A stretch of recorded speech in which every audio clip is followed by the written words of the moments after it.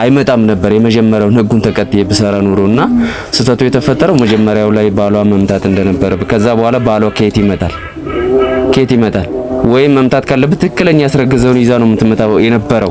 ምክንያቱም ኦልሬዲ ብሩኬ ባሏ አይደለም ከብሩኬ አይደለም ያረገዘችው ከሆነ ቦታ ነው እሷ ራሷ ታውቀዋለች። እና ያው ሰላም ቤተሰብ እንዴት ናችሁ? እኔ ደህና ነኝ እግዚአብሔር ይመስገን። ያው ዛሬ የመጣሁላችሁ በአዲስ ቪዲዮ ነው። ያው ባላችሁ መሰረት ዶክተሩንም ያው ዶክተር አበበ ይባላል ዶክተሩንም ይዤላችሁ መጥቻለሁ። በነገራችን ላይ ራሱ ደውሎልኝ ያው የብሩኬ መተኛት ሲያቅ ብሩኬ በአጋጣሚ ራሱን ስቶ ያው አሁን ሆስፒታል ነው ያለው። ያንን አይቶ እሱም ደውሎ ነይ ማወራሽ ነገር አለ ሲለኝ እናንተም ዶክተሩን አግኙ፣ ከሃይሚ አገናኙ፣ ከብሩኬ አገናኙ እያላችሁ ነበር። ባላችሁ መሰረት ያው እኔ መጀመሪያ ላይ ላውራው ያለውን ነገር ሙሉ እንዲነግረኝ ነገርኩት። እሺ ብሎኝ እሱም ምንም ሐሳብ ሳይቀይርብኝ ያው ዛሬ አግኝቼዋለሁ። እንደምታዩት ያው እሱም አለ አብረን ያገኘነው ሙሉ ነገር እንዲነግረን ደግሞ ያው አብረን እናወራዋለን። ሙሉ ነገር ደግሞ እንደሚነግረን አንጠራጠርም። ያው ራሱ ጸጽቶት ሙሉ ነገር እንዲነግረን በራሱ ደውሎልኝ እኔም በጣም ደስ ብሎኛል። ያው ራሱ ነው የሚያስተዋውቅልናል።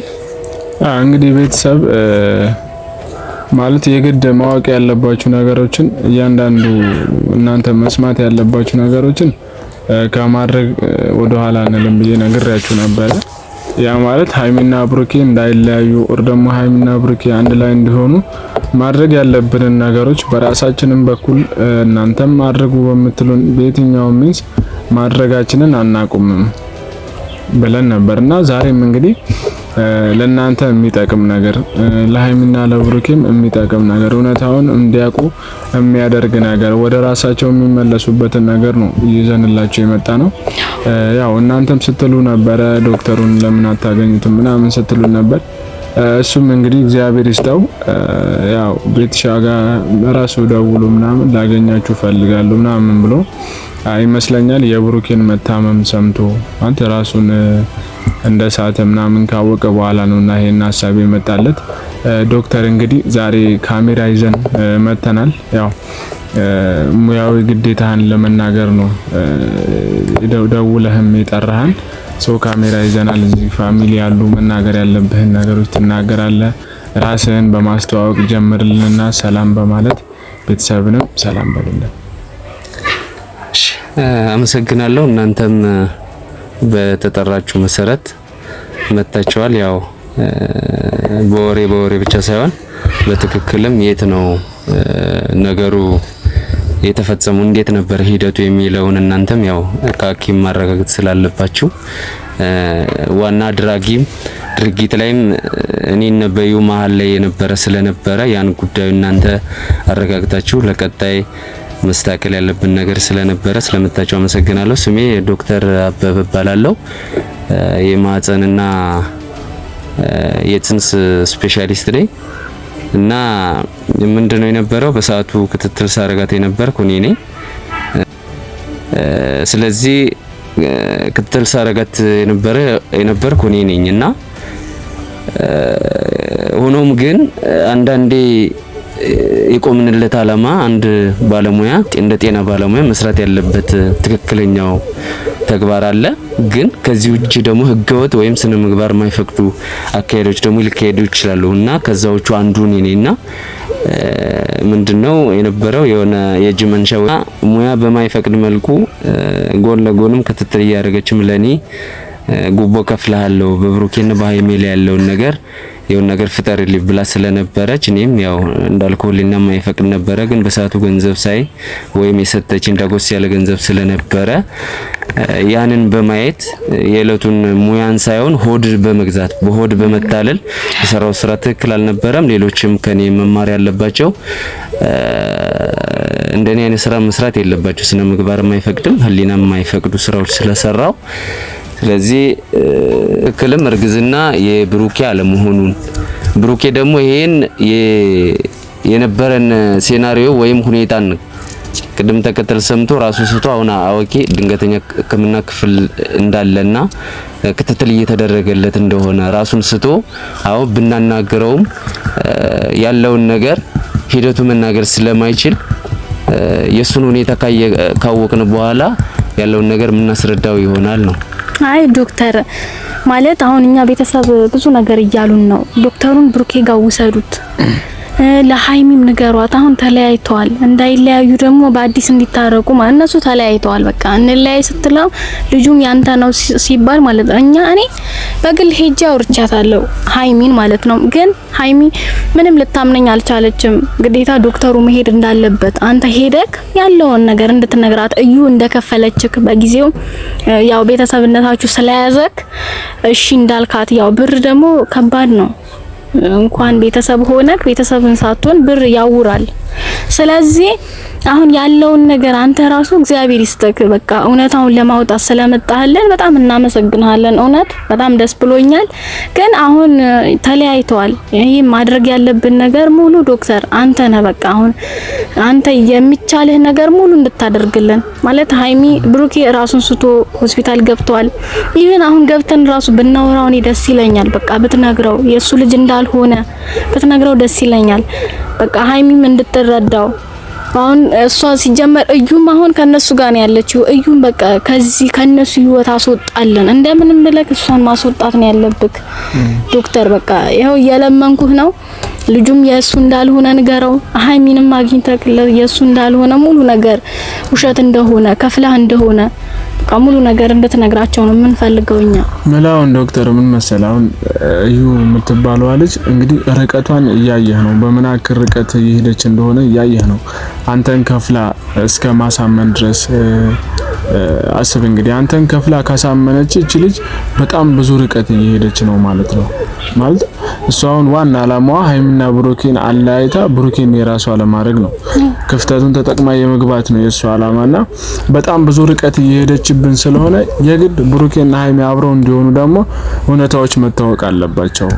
ሃይሚም እንዲገባት ብሩኬም እንዲገባው እያንዳንዱ ነገሮች የሚፈጠሩትን ነገሮች ተከታትለን የዩን ነገር ተከታትለን የግድ ለነሱ ማሳወቅ ስላለብን ነው በዚህ ልክ እየለፋን ያለው።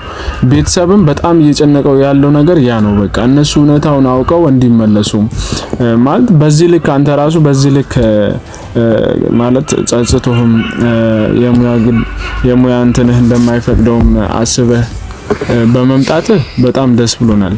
ይሄን በማድረግ ራሱ ለኛ ትልቅ ነገር ነው። ራስን ደውለ ቤተሻጋ ደውለ ምናምን ላግኝሽ ብላት በዚህ ልክ ያደረከውና አሁን የግድ እኛ ልናስገድድህ የምንችለው ነገር የለም። ግን በራስህ እስካደረከው ድረስ በራስህ ተነሳሽነት በራስህ ፍቃድ እስካደረከው ድረስ አሁንም ለህሊና ስትል ይህን እውነታ ማወቅ አለባቸው ሁለቱ። በተለይ ብሩኬ ማወቅ አለበት።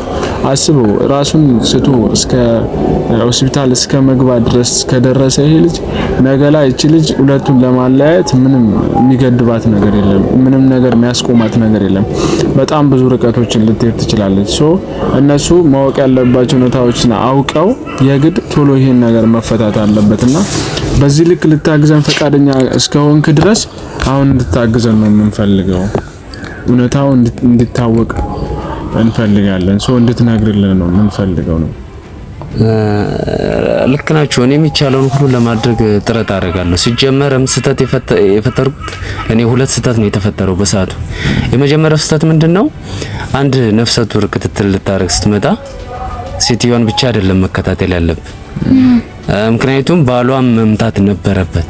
ምክንያቱም የባሏ ሚና የራሱ የሆነ ሚና አለው ለጽንሱ የጋራ የሆነ ቼክ የሚያደርጉት ነገር ስለነበረ ለምሳሌ የአባለዘር በሽታዎች ሊሆኑ ይችላሉ እና ሌሎችም የደም አይነቶችም ጽንስ ላይ የሚፈጥረው ችግር ስላለ ሁለቶቹም ቼክ ማድረግ ስለነበረባቸው እሷን ይዞ መምታት ስለነበረበት ያኔ ህጉን ተከትለን ይሄንን ክትትል ቢያረግ ኖሮ እኛም ብንጠይቅ ኖሮ ይዛ ብትመታ ኖሮ ወይም የታለ ባልሽን ይዘሽ ነይ ብለን ብንጠይቅ ኖሮ ይሄ ሁሉ አሁን የነበረው ፌክ ወይም ያልተጠበቀ እኔም ባልተገባ ሙያ በማይፈቅዱ ነገሮች ገንዘብ የመቀበል የምናምን ነገር ቀጣዩም መማር ያለብኝ ይመስለኛል። ማንኛውም ነፍሰ ጡር ስትመጣ መከታተል ከነበረባት ከባሏ ጋር መጣ አስፈላጊ የሆኑ ክትትሎች እንዲያደርጉ እና ትምህርቶችን መውሰድ የነበረባቸው ነው። ያው እኔም ትምህርት ወስጄበታለሁ።